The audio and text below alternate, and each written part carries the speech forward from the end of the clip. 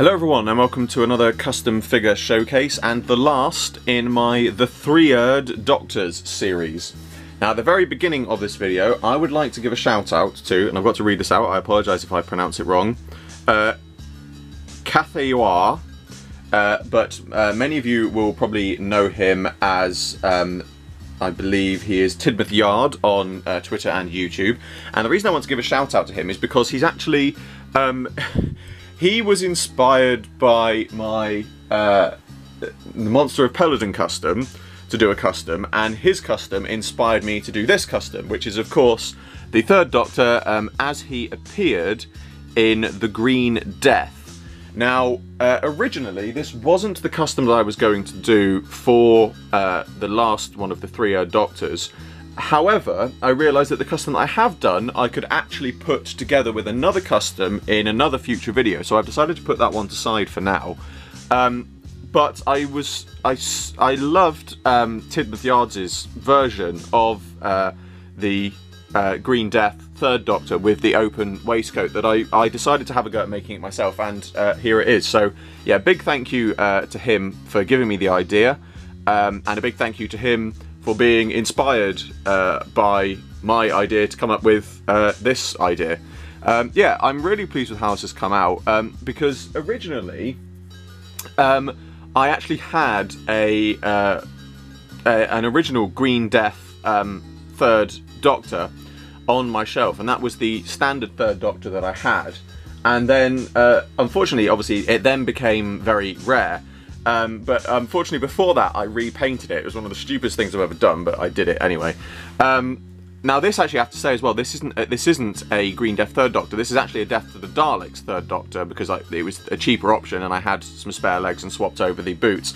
I did originally think about keeping the boots, because I know I said on my the Mutants Doctor that I've not done many customs with the boots, but I don't know, there was something about this that just didn't look right with the boots to me, even though he does wear the waistcoat and the coat open in both the Green Death and Death to the Daleks.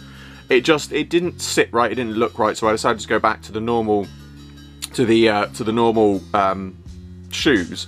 But yeah, so originally I did have a Green Death Third Doctor, and that actually is now what is underneath my Mutants Third Doctor, ironically. I did think about stripping the paint back on that one, but then it would have meant I'd had to remake two customs instead of remaking one, so it was easier just to go and buy a separate Third Doctor that was the right size and the right style. Sorry. And the thing is, I did think about putting this one back on my shelf rather than my Mutants Third Doctor. But the thing with the Mutants version is, the Death to the Daleks version and the Green Death version, you know, we've had this variant, it's been made, and obviously this variant I've modified, but the Monster of Peladon version is much more unique because we've never seen it, so I prefer to have that on my shelf for that reason. But I'm still very pleased with how this has come out, and one of the things I'm actually really pleased by this, and I'm going to try and get it on camera. Basically, you might notice that his eyes have a little bit of a stare to them, and they're a little bit brighter. But the reason this is because when I bought this one, his eyes were actually not there. They've been rubbed off, and there was just a plain black plastic underneath. So I've actually repainted the eyes, and I'm really pleased with how I've done that, because when it comes to things like repainting eyes and things, I'm usually pretty bad at doing things like that. I knew that was going to happen. I'm usually pretty bad at doing like small details like that, but I think I've managed to do it quite well on this figure.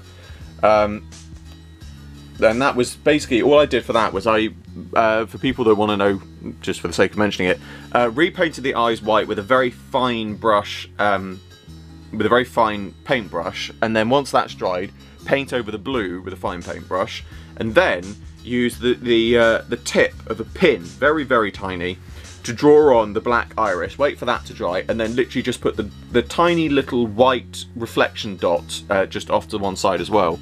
And you know, if I put it back to, I don't have one to hand right now unfortunately, but if I put him next to another Third Doctor figure, you can see that the eyes are much brighter, but just from a distance they really don't look that far off. So yeah, that's come out very well, and I'm very pleased with how the waistcoat's come out as well.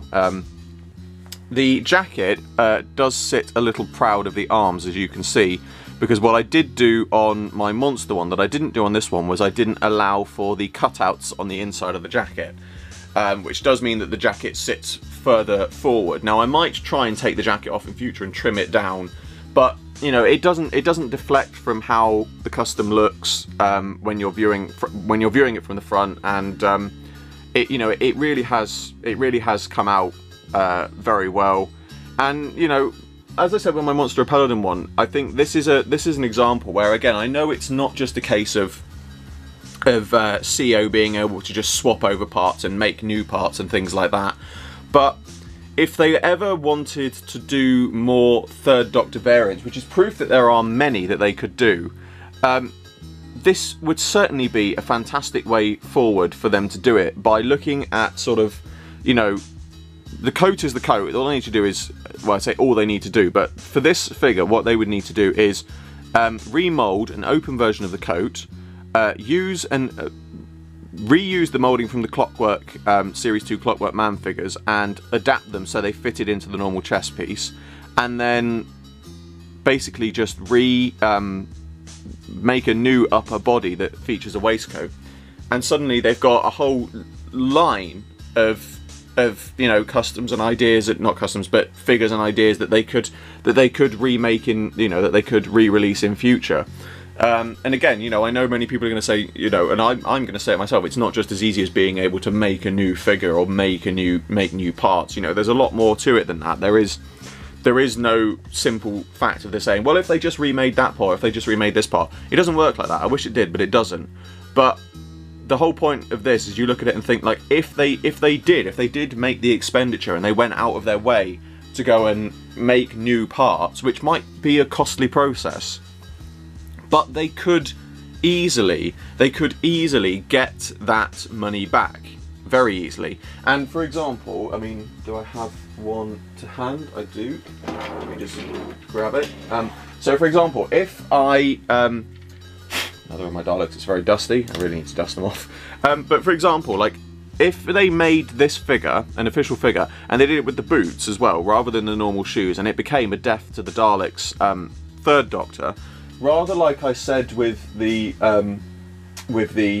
Planet of the Daleks Third Doctor, if they went back to doing more Dalek and Doctor re-releases, so imagine this has got the boots, and then you resold it with a Death to the Daleks Dalek, you know, and he had the correct boots and he had the sculpture you see here.